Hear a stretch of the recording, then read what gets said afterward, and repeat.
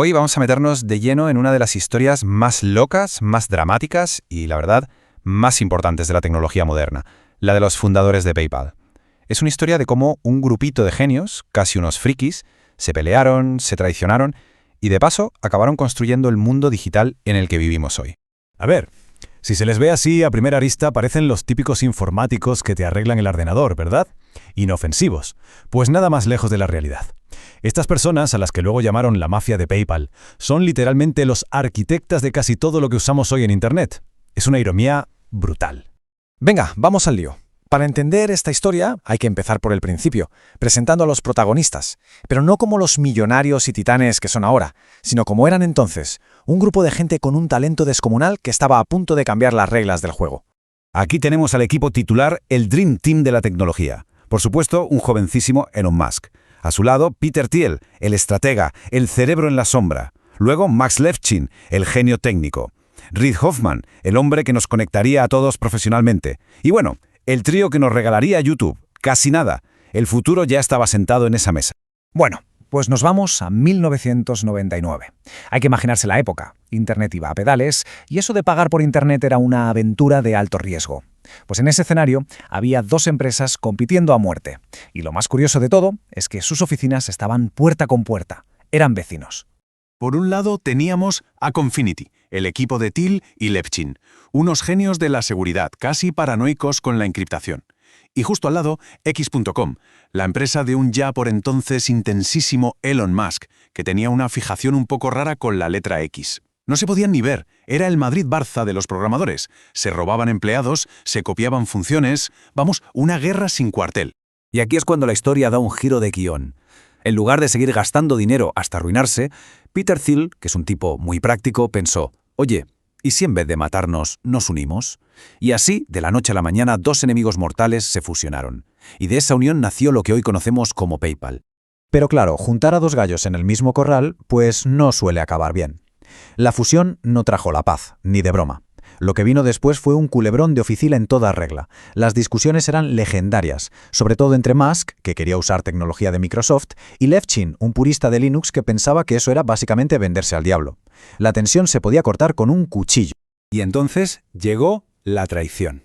Y fue de película, de verdad. Imaginen la escena. Elon Musk se acaba de casar y se va de luna de miel con su mujer. Pues bien, literalmente, mientras su avión está en el aire, el resto de la junta, con Thiel a la cabeza, convoca una reunión de emergencia. El único punto del día, votar para echar a Musk como director general. Es que es tremendo. Cuando el avión de Elon Musk aterrizó para empezar sus vacaciones, sonó su teléfono. Le estaban comunicando que ya no era el jefe de su propia empresa. Se fue de viaje siendo el CEO y volvió siendo un empleado más. Así, sin anestesia. Y aquí viene lo que demuestra de qué pasta están hechos. ¿Qué hizo Musk? ¿Montar un pollo? ¿Demandarlos? No. Se quedó como asesor. Siguió trabajando. ¿Y por qué? Porque entendió que el objetivo final, el premio gordo, era más importante que su ego. La visión era clara. Había que hacer que la empresa funcionara y ganara una millonada. Con Peter Thiel al mando y sin las peleas internas, PayPal explotó. Creció a una velocidad increíble. Tanto que el gigante de las subastas online de la época empezó a ponerse muy nervioso al ver cómo esta pequeña startup le estaba comiendo la tostada. Ese gigante, claro, era eBay. Y no se anduvo con tonterías. Puso encima de la mesa $1.500 millones.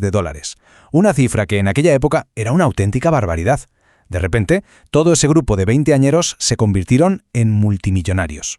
Aquí es donde cualquiera de nosotros se habría comprado una isla para no volver a trabajar jamás. Pero ellos no. Se encontraron con la cultura de una gran empresa, lenta, llena de reuniones, de burocracia, y les pareció un infierno. No lo soportaron. Así que, uno por uno, cogieron el dinero y se largaron.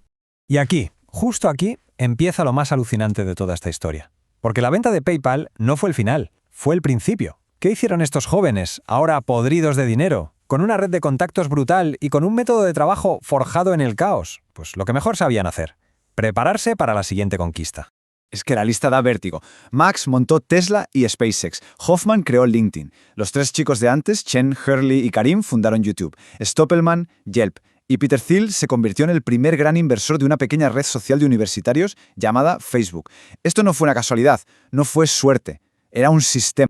Entonces, ¿Cuál es la gran moraleja de toda esta locura de peleas, traiciones y éxito salvaje? Pues la conclusión es bastante chocante. La historia de PayPal nos enseña que las grandes cosas no nacen en despachos tranquilos y ordenados. Nacen del conflicto, del estrés, de la presión máxima, incluso de las puñaladas por la espalda. La clave de su éxito no fue evitar el fuego, fue aprender a jugar con él, a quemarse, a sobrevivir y a salir del otro lado mucho más fuerte.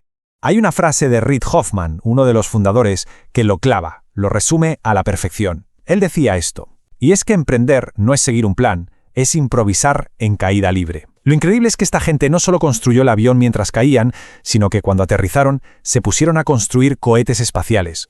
Y todo esto nos deja con una última reflexión. La mayoría de la gente con 100 millones en el bolsillo buscaría la paz, la tranquilidad, la isla.